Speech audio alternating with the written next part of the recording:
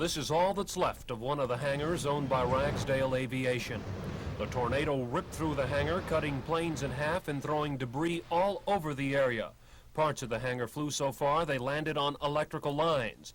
National Guardsmen were sent to the scene immediately to handle security and to make sure no one walked close to live power lines, which were all over the streets. Trees that were ripped in half had to be cleared from the streets by work crews. Police held the territory off limits to everyone but emergency rescue teams who started searching for possible victims in the hangar. Gasoline was also said to be in puddles around the hangar, and the scare of a fire hazard was evident. A lot of the planes that were stored in these hangars here reportedly belonged to a number of people from South Texas who tried to escape Hurricane Allen. This now is all that's left of their planes. Down the street on Old Manor Road, the tornado took its toll on a duplex, which was occupied by Clara McElhaney at the time. McElhaney said she first noticed something was wrong by the actions of her cat. The cat, she says, was staring out of the sliding glass door. It saw something that frightened it and went for refuge, claws first, right into McElhaney's chest. The roof of her home then flew off in front of her eyes, and then things started flying all over the place. McElhaney was not injured, but most of her belongings were destroyed. Directly in back of that duplex, we came to this apartment complex, which was almost completely destroyed.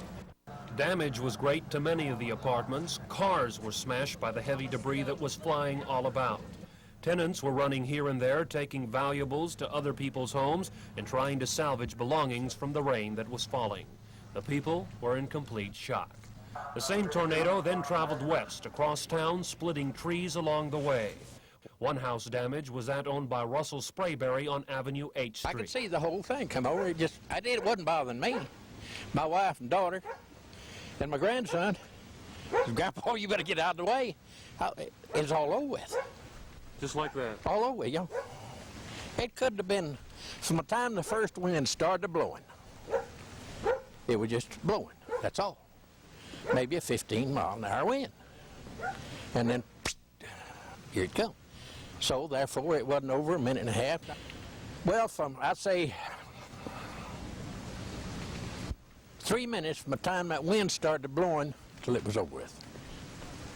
But as far as taking the roof off my car shed, off my walkway, that didn't take over a minute.